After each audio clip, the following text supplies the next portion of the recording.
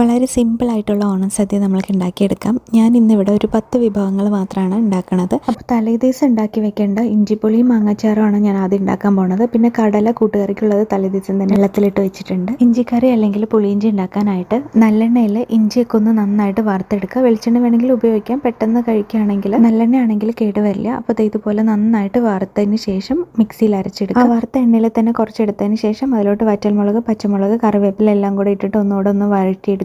ഇതിലോട്ട് മഞ്ഞപ്പൊടി, കായപ്പൊടി, ഉലുവാപ്പൊടി, കുറച്ച് മുളക് പൊടിയും കൂടി ഇട്ടിട്ട് ഒന്ന് വഴറ്റിയെടുക്കുക. സ്റ്റൗ നന്നായിട്ട് കുറയ്ക്കുക, ഇല്ലെങ്കിൽ ഓഫ് ചെയ്യുക. പിന്നെ പുളിവെള്ളം ഒഴിക്കുക, നന്നായിട്ടൊന്ന് തിളപ്പിച്ച് ആവശ്യത്തിന് ഉപ്പും കൂടെ ചേർക്കുക. പിന്നെ ഇതിലോട്ട് ശർക്കരയും കൂടെ ചേർക്കണം, മധുരത്തിന് ആവശ്യമായിട്ട്. ഇനി നന്നായിട്ടൊന്ന് തിളപ്പിച്ചെടുക്കുക. അതിനുശേഷം ഇതിൽ പൊടിച്ച് വെച്ചിട്ടുള്ള ഇഞ്ചിയും കൂടെ ചേർത്തിട്ട് നന്നായിട്ടൊന്ന് കുറുക്കിയെടുക്കുക. നമ്മൾക്ക് ആവശ്യമുള്ള കൺസിസ്റ്റൻസി ആകുമ്പം സ്റ്റൗ ഓഫ് ചെയ്യുക. അത്രയേ ഉള്ളൂ, ഇഞ്ചിക്കറി റെഡി ആയിട്ടുണ്ട്. അപ്പോൾ ഇനി നമ്മൾക്ക് മാങ്ങാച്ചാറും കൂടെ ഉണ്ടാക്കി വയ്ക്കാം. അത് ഭയങ്കര എളുപ്പമാണ്. മാങ്ങനെ കുഞ്ഞായിട്ട് കട്ട് ചെയ്തതിന് ശേഷം അതിലോട്ട് ഉപ്പും മുളക് പൊടിയും കുറച്ച് മഞ്ഞപ്പൊടിയും കൂടി ഇട്ട് തിരുമ്മി വയ്ക്കുക. പിന്നെ നല്ലെണ്ണയിലോ അല്ലെങ്കിൽ വെളിച്ചെണ്ണയിലോ കടുക് താളിക്കുകയാണ്. താളിക്കുന്ന സമയത്ത് കുറച്ച് ഉലുവാപ്പൊടിയും കായപ്പൊടിയും കൂടിയിട്ട് ഇട്ടിട്ട് താളിച്ചെടുക്കുക. എന്നിട്ട് ഇത് ഈ മാങ്ങയിലും കൂടെ മിക്സ് ചെയ്ത് അത്രയേ ഉള്ളൂ, അച്ചാർ റെഡി. അപ്പം തലേദിവസത്തെ ഇത്രയും ഞാൻ റെഡിയാക്കണുള്ളൂ. നെക്സ്റ്റ് ഡേ ചോറാണ് ആദ്യം വയ്ക്കുന്നത്. അത് പിന്നെ അടുപ്പിലോ കുക്കറിലോ ഒക്കെ നിങ്ങൾക്ക് ഇഷ്ടമുള്ള പോലെ വയ്ക്കാം. പിന്നെ സാമ്പാറിനായിട്ട് പരിപ്പ് കുക്കറിൽ വേവിക്കാൻ വെക്കുകയാണ്.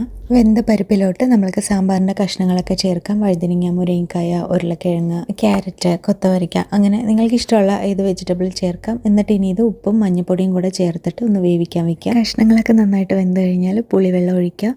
പിന്നെ നമ്മൾക്ക് മല്ലിപ്പൊടി, മുളക് പൊടി, കായപ്പൊടിയും കൂടെ ചേർത്തിട്ട് നന്നായിട്ടൊന്ന് മിക്സ് ചെയ്ത് തിളപ്പിക്കുക. സൈഡിലൊരു പാനിൽ എണ്ണ ഒഴിച്ച് അതിൽ കുഞ്ഞുള്ളി, വെളുത്തുള്ളി, വറ്റൽമുളക്, അതുപോലെ വെണ്ടയ്ക്കയും തക്കാളി, കറിവേപ്പില എല്ലാം കൂടെ ഇട്ടിട്ട് കടുക് താളിക്കുമ്പോൾ ഞാൻ ഒരുമിച്ച് കൊട്ടുക ചെയ്യുന്നത്. ഇനി ഇതിലോട്ട് കുറച്ച് സാമ്പാർ പൊടിയും കൂടെ ഇട്ടിട്ടൊന്ന് വഴറ്റിയതിന് ശേഷം നമ്മുടെ സാമ്പാറിലോട്ട് കൊട്ടുക.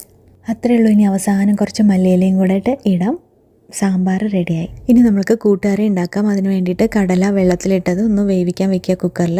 അതിനുശേഷം അതിലോട്ട് നമ്മൾക്ക് കുമ്പളങ്ങയും കായ അല്ലെങ്കിൽ ചേന ചേർക്കുക. ഇനി ഇതിലോട്ട് മഞ്ഞൾപ്പൊടിയും മുളക് പൊടിയും കൂടെ ചേർത്തിട്ട് ഒന്ന് വേവിക്കാൻ വെക്കണം. ഉപ്പും കൂടെ ചേർക്കണേ. ഇനി ഒരു പാനിൽ എണ്ണ ഒഴിച്ചതിന് ശേഷം ജീരകം, കുരുമുളക്, വറ്റൽമുളക് കൂടെ ഇട്ടിട്ട് ഒന്ന് മൂപ്പിച്ചെടുക്കുക. പിന്നെ തേങ്ങയും കൂടെ ഇട്ടിട്ട് നന്നായിട്ടൊന്ന് വറുത്തെടുക്കണം.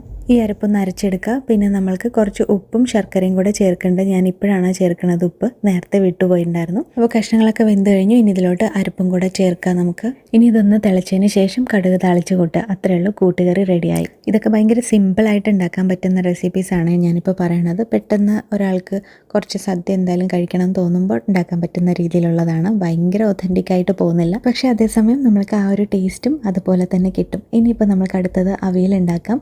അവിയലിനുള്ള പച്ചക്കറികൾ, അതുപോലെ കുറച്ച് മഞ്ഞൾപ്പൊടി, പച്ചമുളക് എല്ലാം കൂടെ ഇട്ട് കുറച്ച് വെള്ളം ഉപ്പും കൂടെ ചേർത്തിട്ട് നന്നായിട്ട് കുക്ക് ചെയ്തെടുക്കുക. തേങ്ങ, ജീരകം, കറിവേപ്പില, പച്ചമുളക് എല്ലാം കൂടി ഇട്ടൊന്ന് ചതച്ചെടുക്കുക. വെന്ത പച്ചക്കറിയിലോട്ട് അതൊന്ന് ചേർത്ത് മിക്സ് ചെയ്യുക. തേങ്ങയുടെ ഒക്കെ ആ ഒരു പച്ചമണം മാറുന്ന സമയത്ത് വേണം നമ്മൾക്ക് പിന്നെ തൈര് ഒഴിക്കാൻ വേണ്ടിയിട്ട്. പച്ചവെളിച്ചെണ്ണയും കറിവേപ്പിലയും കൂടെ ഇട്ട് ഇതിൻ്റെ കൂടെ തന്നെ ചേർത്തിട്ട് നന്നായിട്ടൊന്ന് മിക്സ് ചെയ്ത് മൂടി വയ്ക്കുക. അത്രയുള്ള ആ ഒരു ചൂടിൽ അങ്ങനെ ഇരുന്നോളും. സ്റ്റൗ ഓഫ് ചെയ്യുക. ഇനി നമ്മൾക്ക് പയറ് മെഴുക്കുവരട്ടി ഉണ്ടാക്കാം, അല്ലെങ്കിൽ തോരനാണെങ്കിലും ഉണ്ടാക്കാം, നിങ്ങളുടെ ഇഷ്ടം പോലെ. ഞാനിപ്പോൾ ഇന്ന് മെഴുക്കുവരട്ടി ഉണ്ടാക്കുന്നത്. പയർ ഇതുപോലെ ചെറിയ നീളത്തിൽ അരിഞ്ഞതിന് ശേഷം ഉപ്പും വെള്ളവും ചേർത്തിട്ട് ഒന്ന് വേവിക്കാൻ വയ്ക്കുക. കുറച്ച് കാന്താരി മുളകും കൂടി ഇട്ടിട്ടുണ്ട്. ഇനി വെളിച്ചെണ്ണയിലോട്ട് കുറച്ച് കടുകും അതുപോലെ കുഞ്ഞുള്ളി ചതച്ചതും കറിവേപ്പില, മഞ്ഞൾപ്പൊടി, മുളക് പൊടി എല്ലാം കൂടെ ചേർത്തിട്ട് ഒന്ന് വഴറ്റിയതിന് ശേഷം നമ്മൾക്ക് വേവിച്ച് വെച്ചിട്ടുള്ള പയറും ചേർക്കുക. അത്രയേ ഉള്ളൂ. അത് ഭയങ്കര സിമ്പിളായിട്ടുള്ള ഉപ്പേരി നമ്മൾക്ക് റെഡി ആയിട്ടുണ്ട്, അതായത് മെഴുക്കുവരട്ടി. ഇനി പച്ചടി ഉണ്ടാക്കാം. അപ്പം സാധാരണ വെള്ളരിക്ക കൊണ്ട് പച്ചടി ഉണ്ടാക്കാം. ഞാൻ ഇന്ന് കുറച്ച് മുന്തിരി ഉണ്ട്, അതുകൊണ്ടാണ് ഉണ്ടാക്കാൻ പോണത്. അപ്പം തേങ്ങയിൽ ജീരകം, അതുപോലെ കുറച്ച് കടുക്, വളരെ കുറച്ച് മതി, പിന്നെ പച്ചമുളകും കൂടെ ചേർത്ത് നല്ല പേസ്റ്റ് പോലെ അരച്ചെടുക്കുക. ഇനി എണ്ണയിലോട്ട് കടുകും വറ്റൽമുളകും അതുപോലെ കറിവേപ്പിലയും ചേർക്കേണ്ട. ഈ സ്റ്റെപ്പ് ലാസ്റ്റാണ് ചെയ്യണത്, പക്ഷേ ഞാനിപ്പം എളുപ്പത്തിനായിട്ട് ഫസ്റ്റ് ചെയ്യണമെന്നേ ഉള്ളൂ. പിന്നെ നമ്മൾ തേങ്ങ ചേർക്കുക. അതിനുശേഷം നമ്മൾക്ക് ഗ്രേപ്സ് ഉണ്ടല്ലോ, അത് ചേർക്കുക. ഗ്രേപ്സ് ഇല്ലെങ്കിൽ വെള്ളരിക്കയാണെങ്കിലും മതി. വെള്ളരിക്കയാണെങ്കിൽ കുറച്ച് വേവിച്ചതിന് ശേഷം ചേർത്താൽ മതി. അപ്പോൾ ആ എണ്ണയിൽ തന്നെ ഒന്ന് വഴറ്റിയാൽ മതി. പിന്നെ സ്റ്റൗ ഓഫ് ചെയ്തതിന് ശേഷം അവസാനം നമ്മുടെ തൈരും കൂടെ ചേർക്കുക. അത്രയേ ഉള്ളൂ. പച്ചടിയും ഭയങ്കര ഈസി ആയിട്ടുള്ളതാണ്, പെട്ടെന്ന് റെഡിയായി കിട്ടും. ഇനി കിച്ചടി ഉണ്ടാക്കാം. ബീട്രൂട്ട് കൊണ്ടാണ് ഉണ്ടാക്കുന്നത്. ബീട്രൂട്ടിനെയൊക്കെ ഒന്ന് ഇതുപോലെ വലിയ കഷ്ണങ്ങളായിട്ട് അരിഞ്ഞിട്ട് വേവിക്കാൻ വയ്ക്കുക. വെന്ത കഷ്ണങ്ങളൊക്കെ കൂടെ മിക്സിയിലൊന്ന് അടിച്ചെടുക്കുക. അപ്പം ഗ്രേറ്റ് ചെയ്ത് ടൈം വേസ്റ്റ് ആവില്ല.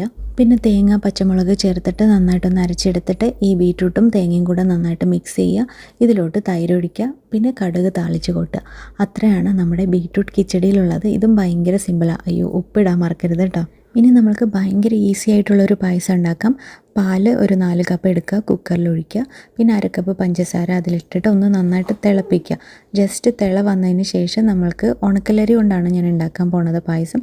അപ്പോൾ അതൊരു 1/4 കപ്പ് എടുക്കുക. എന്നിട്ടൊന്ന് കഴുകിയിട്ട് ഈ ഒരു പാലിൽ കൊട്ടുക. ഇനി ഇതൊന്ന് മിക്സ് ചെയ്തതിന് ശേഷം കുക്കർ അടച്ച് വയ്ക്കുക. വിസിലോട് കൂടി തന്നെ അടച്ച് വയ്ക്കുക. പക്ഷേ ലോ ഫ്ലെയിമിൽ വെച്ചിട്ട് വിസിൽ വരുന്നതിന് മുന്നേ തന്നെ നമ്മൾ 30 മിനിറ്റ് കഴിയുമ്പോൾ ഓഫ് ചെയ്യണം. വിസിൽ വരില്ല, ഭയങ്കര തീ കുറച്ച് വെക്കുമ്പം അങ്ങനെ അവിടെ ഇരുന്നോളും. അപ്പോൾ ആ സമയം കൊണ്ട് നമ്മൾക്ക് വേറെ എന്തെങ്കിലുമൊക്കെ ചെയ്യാം. പായസം ശ്രദ്ധിക്കേണ്ട ആവശ്യമില്ല. പിന്നെ നമ്മൾ കുക്കർ തുറന്നതിന് ശേഷം ഇതുപോലെ കുറച്ച് വെള്ളം പോലെ ഇരിക്കും. അത് തണുത്ത് കഴിയുമ്പോൾ നമ്മൾക്ക് കുറച്ച് നമ്മുടെ ആവശ്യത്തിനുള്ള കൺസിസ്റ്റൻസിയിൽ കിട്ടും. ഇനി ഭയങ്കര തിക്കാവണമെങ്കിൽ ഒന്ന് ഓപ്പൺ ചെയ്ത് വെച്ചിട്ട് ഒന്ന് തിളപ്പിച്ചെടുത്താലും മതി. ഇനി അടുത്തത് കട്ടിപ്പരിപ്പ് ഉണ്ടാക്കാം. ഇത് പെട്ടെന്ന് ഉണ്ടാക്കിയെടുക്കാൻ പറ്റുന്ന പരിപ്പാണ്. നമ്മൾ മറ്റേ പരിപ്പ് പോലെ ഇങ്ങനെ തേങ്ങ അരച്ചിട്ടൊന്നും വെക്കേണ്ട. ഇതിനായിട്ട് നമ്മൾ പീസ് പരിപ്പാണ് എടുക്കേണ്ടത്. ഇത് നന്നായി കഴിയുന്നതിന് ശേഷം അതിലോട്ട് പച്ചമുളക്, അതുപോലെ കുഞ്ഞുള്ളി, മഞ്ഞൾപ്പൊടി, ഉപ്പ് എല്ലാം കൂടെ ചേർക്കുക. കറിവേപ്പിലയും കൂടെ ചേർത്തിട്ട് ഒന്ന് വിസിൽ വയ്ക്കുക. ഒരു 3 വിസിൽ വയ്ക്കുമ്പോഴേക്കും തന്നെ നല്ലപോലെ ഇതുപോലെ കുഴഞ്ഞു വരും.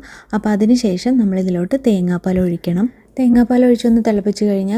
അത്രയേ ഉള്ളൂ. അത് സ്റ്റൗ ഓഫ് ചെയ്യുക. നമ്മൾ കുറച്ച് പച്ച വെളിച്ചെണ്ണയും കറിവേപ്പിലയും കൂടി ഇട്ട് ഒഴിക്കുക. അത്രയേ ഉള്ളൂ. ഭയങ്കര എളുപ്പമുള്ള എന്നാൽ ഭയങ്കര ടേസ്റ്റുള്ള ഒരു പരിപ്പ് കറിയാണ്. ട്രൈ ചെയ്യണം കേട്ടോ. ഇനിയിപ്പോൾ പപ്പടം നിങ്ങൾക്ക് സമയം ഉണ്ടെങ്കിൽ വേറെ എന്തെങ്കിലുമൊക്കെ ഉണ്ടാക്കാം. അപ്പോൾ ഇതൊക്കെയാണ് ഇന്നിപ്പോൾ ഞാൻ സദ്യക്ക് ഉണ്ടാക്കിയിരിക്കുന്നത്.